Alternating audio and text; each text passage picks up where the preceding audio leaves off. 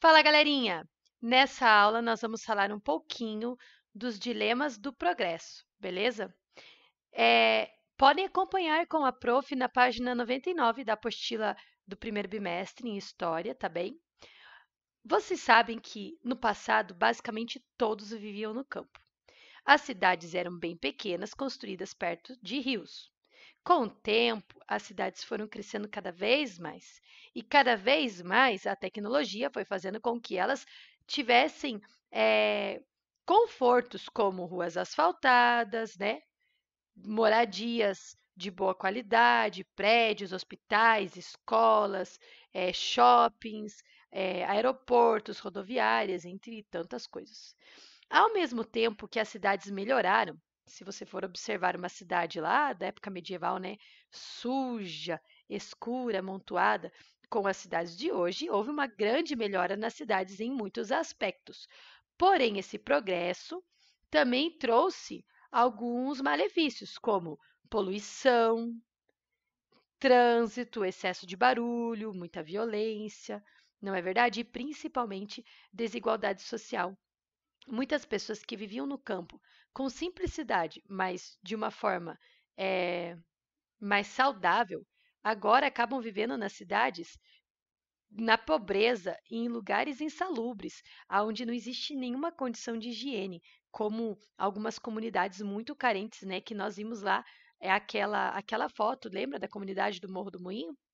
Então, o progresso veio trazendo melhorias, mas também as consequências dessas melhorias acabam não sendo sempre positivas. Agora que nós, né, falamos sobre isso, vamos fazer o trocando ideias, juntinhos. Em sua opinião, podemos dizer que progredimos como uma civilização urbana? Daquelas primeiras cidades lá em torno dos rios, passando pelas cidades medievais, passando pelas cidades do tempo industrial, será que nós progredimos? Ó, eu acho que nós progredimos, porque, ó, no tempo medieval, toda a sujeira era jogada nas ruas e não tinha eh, uma forma de recolher água suja, sabe? E também não tinha uma forma de tratar a água ou o lixo, e agora tem. Eu também acho que melhorou muito que no tempo das indústrias, as indústrias elas jogavam muitos poluentes diretos na rua ou até nos rios, e hoje em dia existem leis que ajudam a diminuir isso. Mas, ao mesmo tempo, eu sei que não ficou uma maravilha, né? Porque a gente tem mais indústria, então produz mais fumaça, a gente tem mais veículos, produz mais gás tóxicos. Mas, assim, eu acho que algumas coisas melhoraram, como a limpeza das cidades, o tratamento de água e esgoto, o tratamento do lixo. Isso melhorou. Mas, ao mesmo tempo, a gente produz mais lixo e mais esgoto e mais fumaça. Então, ao mesmo tempo que a gente teve um progresso, a gente tem uma complicação da quantidade, né, de pessoas e de cidades e do tamanho das cidades, que são muito maiores. Aí na pergunta 2, compare a qualidade de vida dos trabalhadores das primeiras cidades industriais com a dos trabalhadores das fábricas das cidades atuais e o que você pode concluir. Ah, nisso eu acho que a gente progrediu muito, porque lá no tempo das primeiras indústrias, a gente viu que as indústrias eram é, escuras, insalubres, né? Tinha um cheiro que fazia mal para a saúde, elas eram úmidas, frias, e as pessoas não tinham direito nenhum. Trabalhava idoso, mulher, homem, criança, e se alguém se machucasse, não tinha direito a um atendimento médico, ou uma pensão, ou uma aposentadoria, como tem hoje. Hoje, se você trabalha durante um tempo, você tem direito à aposentadoria. Além disso, naquela época trabalhavam muitas horas por dia. E hoje existem leis que ajudam o trabalhador a não trabalhar mais horas, né, do que o saudável e se trabalhar receber por isso, né? Naquela época eles trabalhavam muito e ganhavam muito pouco. E também naquela época as crianças trabalhavam, que era uma coisa muito triste, porque a criança pode ajudar os pais em casa, com certeza, né, ter responsabilidades, mas uma criança trabalhar igual um adulto em um ambiente perigoso e insalubre é uma maldade, né, é uma crueldade. O lugar de criança é na escola, aprendendo, brincando. E claro que eu acredito que as crianças elas devam aprender a fazer trabalhos de acordo com a sua idade. Por exemplo, ajudar a arrumar o seu quarto, secar a louça, colocar a comidinha do cachorro, sabe? Essas coisas que são importantes para a manutenção da família, mas não trabalhar em uma fábrica, né, onde pode acabar cortando um braço, uma mão, ou até mesmo morrendo, né? E hoje em dia existem muitas leis de segurança no trabalho que ajudam as pessoas a trabalharem com segurança. E naquela época não tinha. Então, muitas vezes as pessoas morriam porque ficavam doentes, porque os ambientes eram inadequados, ou se acidentavam, né? E depois não tinha nenhum direito, não tinha nenhuma pensão, nenhuma indenização, nenhum auxílio. Quem se machucava trabalhando ia para casa e morria de fome, porque não podia mais trabalhar machucado. Então, na questão de qualidade de vida dos trabalhadores, a gente progrediu assim muito, mais do que vocês pequenininhos possam imaginar. E a 3 diz assim, ó, avalia o desenvolvimento das cidades ao longo do tempo. Em que áreas houve melhorias? Olha, eu acho que melhoraram as as estradas, né, as ruas, porque antigamente elas eram de barro e pedra, então se chovia ficava difícil, né, passar e não tinha, por exemplo, o sistema de escoamento de água, faziam poças e tal, então melhorou as ruas. Eu acho que melhoraram as moradias. Hoje as moradias elas são claras, ventiladas, né? Então elas recebem luz, recebem ventilação, então elas são mais saudáveis, pelo menos, né, boa parte delas, né? E elas não são que nem lá no tempo medieval, assim, contaminadas pela água suja, pelo esgoto, pelo lixo, porque a gente tem coleta, né, que faz a coleta do esgoto, tem distribuição de água potável, água tratada, né, aguinha limpa dentro de casa, o que eles não tinham naquela época. Eu acho que isso é uma das coisas assim mais significativas. Hoje as casas têm água encanada, que na época medieval e nas primeiras cidades não tinha. É, tem a coleta do esgoto, que é uma forma de levar embora aquela água com xixi, com cocô, né, da casa, não fica ali. Imagine só se ficasse, que tragédia. E também as casas têm energia elétrica, né, que a gente pode acender a luz e pode usar todos os produtos, né, os aparelhos eletrônicos, que também não tinha no passado. As casas, quando ficava escuro de noite, tinha que dormir, porque não tinha o que fazer. E as casas de hoje em dia, elas elas possuem também, além da água, além da coleta de esgoto e da energia elétrica, elas possuem mais divisões. Então a família não fica amontoada. Nas primeiras cidades, as famílias dormiam todas amontoadas, né? E agora tem geladeira para armazenar os alimentos. Então, muitas melhorias. A tecnologia trouxe muitas melhorias para a nossa vida, né? Muitas melhorias, mas também trouxe algumas, né, um pouco mais de poluição. Isso é um fato, né, que a gente não pode negar. E você, o que você acha que melhorou nas cidades, né, de hoje, as cidades, né, da atualidade em relação às cidades do passado? Né? O que eu mais gosto hoje é que hoje eles se preocupam em ter áreas de lazer, como parques, né, como praças, que nas cidades medievais e nas cidades industriais a gente não percebia esses tipos de ambiente também. E hoje em dia as pessoas se preocupam também em oferecer serviços nas cidades, como escolas e mercados e hospitais, né? Esse tipo de coisa, que lá no começo, né, não tinha. Então eu gosto bastante, eu sou muito grata a Deus porque eu nasci agora, né, nessa época e não no passado, porque hoje a gente tem dentista, quando sente dor de dente é só ir no médico, né? Naquele tempo eles sofriam muito com isso, não tinha como sarar. Eles arrancavam o dente só. Imagine, cada vez que você ficar com dor de dente, ter que arrancar um dente. As pessoas chegavam no final da vida e já não tinha mais dente. Então a gente tem muitas coisas, né? Legais, chuveiro quentinho, né? Isso é muito bom também, pessoal. Toma banho todo dia, né? Máquina de lavar roupa para deixar as roupas sempre lavadinhas. e produtos de limpeza para desinfetar tudo. Hoje a gente vive bastante. No tempo da Idade Média, as pessoas viviam até os 40 anos, porque era tudo tão sujo que todo mundo ficava doente e morria antes. E hoje a gente, né, se cuidar e tiver, né, não acontecer nenhum acidente, a gente tem uma vida longa. E é isso, agora eu vou fazer com vocês, porque eu sou uma prof que gosta de fazer junto, a atividade do Agora é Sua Vez, da página 100, o exercício 1. Nós vamos juntos pesquisar quem foram essas pessoas que estão desenhadas nas nossas moedas. Vocês têm um cofrinho? Tem moedinhas no seu cofrinho? Aqui em casa tem um cofrinho. Tem moedinhas no cofrinho. Tem todas essas moedinhas lá no cofrinho, porque como a gente põe a moedinha lá e não tira mais, né? Já tem uma de cada aí. Já tem de todas as formas. E quem são essas pessoinhas? Nós vamos descobrir. A primeira moedinha, a moedinha de 1 centavo, e quem está nela é o Pedro Álvares Cabral. Vamos ver aqui quem foi o Pedro Álvares Cabral. O Pedro Álvares Cabral foi um navegador português.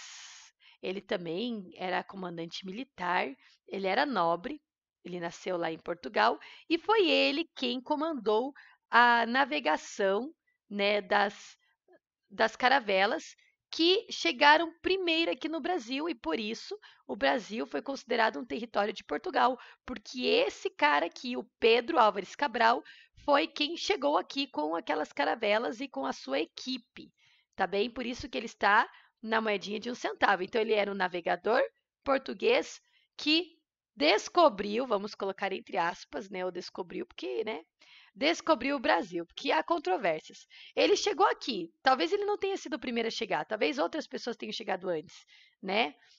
Espanhóis também chegaram ao mesmo tempo, né? Um pouquinho mais acima e tal, mas nós dizemos que ele foi o descobridor do Brasil porque ele chegou e ele conseguiu fazer com que esse território fosse considerado de Portugal. E então, na segunda moedinha, que é de 5 centavos, temos o Tiradentes. O Tiradentes é esse cara aqui. Vocês sabem, né, que isso são pinturas, né? Porque naquele tempo não tinha foto. Ele lutou pela independência do Brasil. No tempo que ele vivia, o Brasil, ele era uma parte de Portugal, mas não era uma parte assim que nem a mão da gente, que a gente cuida bem, que é uma parte do nosso corpo. Era uma parte que Portugal não cuidava bem, só explorava. Explorava. Portugal não cuidava do Brasil, só tirava tudo que tinha de bom no Brasil e estava sacrificando as pessoas. Aí Tiradentes liderou um grupo que se revoltou contra Portugal e pediu a independência. Ah, só que por causa disso, o pessoal lá de Portugal não gostou muito e mandou enforcar o Tiradentes. Ele morreu defendendo seus princípios e por isso é considerado um mártir, né, da Inconfidência Mineira, que foi esse movimento, né, que gerou essa pressão pela independência do Brasil. Se não fossem homens como Tiradentes, talvez o Brasil, né, tivesse ficado muito mais tempo sendo explorado por Portugal e tivesse danos ainda maiores, né, do que teve. Então, o Tiradentes, pessoal, aqui da moedinha de 5 centavos, ele era um dentista, por isso que o nome dele é Tiradentes, e ele liderou um movimento em prol da independência do Brasil. Era um dentista que liderou um movimento pela independência. Pode escrever desse jeito aí, tá bom?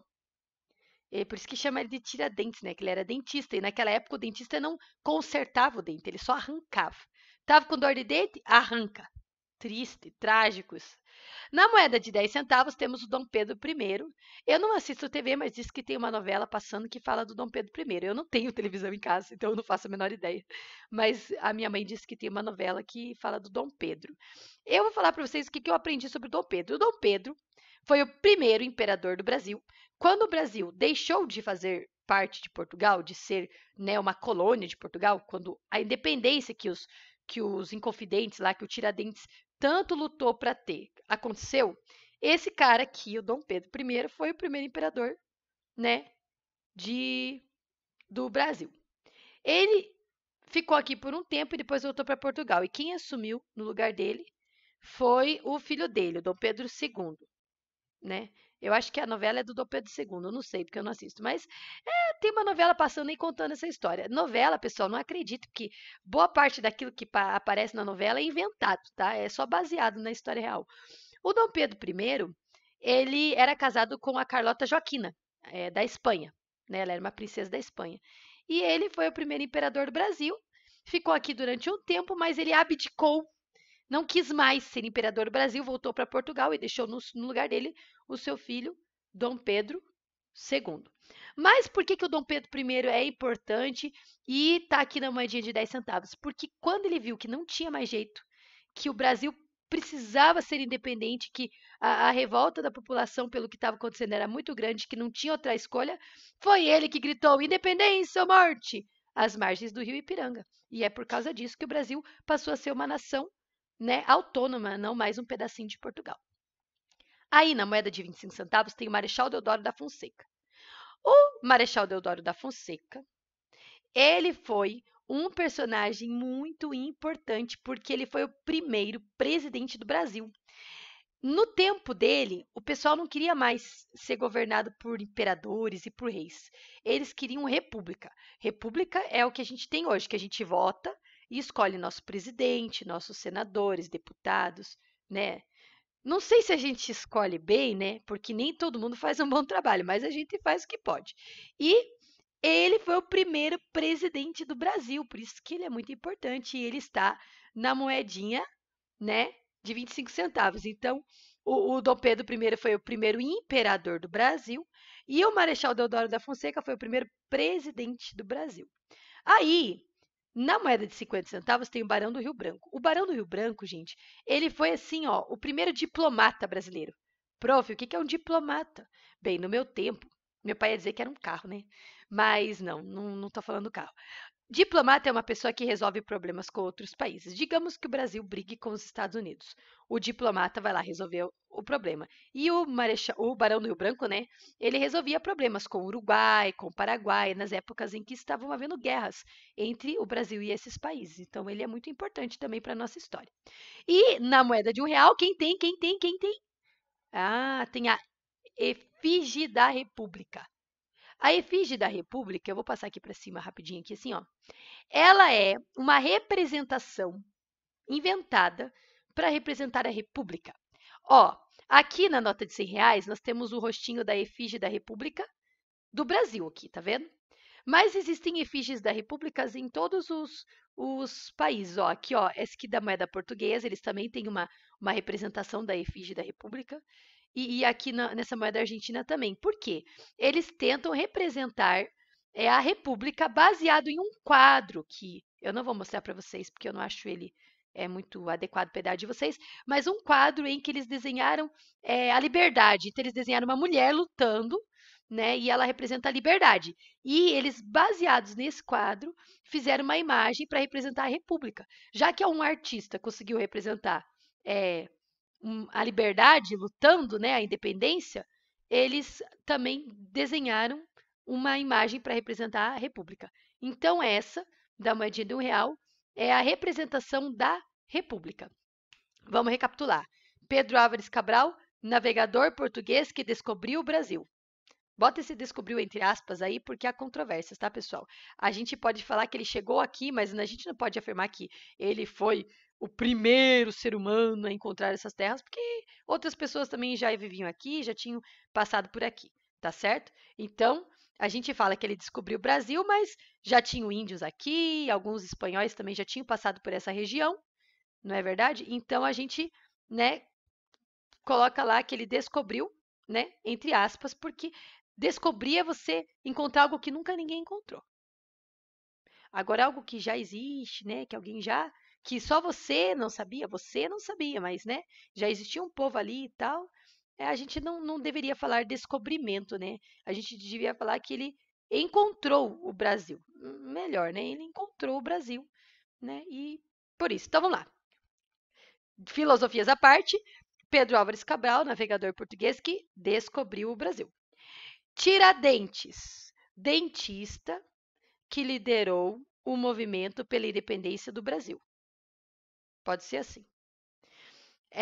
Dom Pedro I, primeiro imperador do Brasil. Marechal Deodoro da Fonseca, primeiro presidente do Brasil. Barão do Rio Branco, importante diplomata brasileiro. E efígie da República, representação da República. É uma representação da República, tá bom? E, ó, esse é pessoal, vocês vão ter que fazer sozinho, tá? Se uma nova moeda fosse lançada no Brasil e você tivesse a oportunidade de escolher o que seria cunhado nela, o que você escolheria e por quê? Eu tenho uma opinião, mas se eu falar, eu tenho medo de influenciar vocês.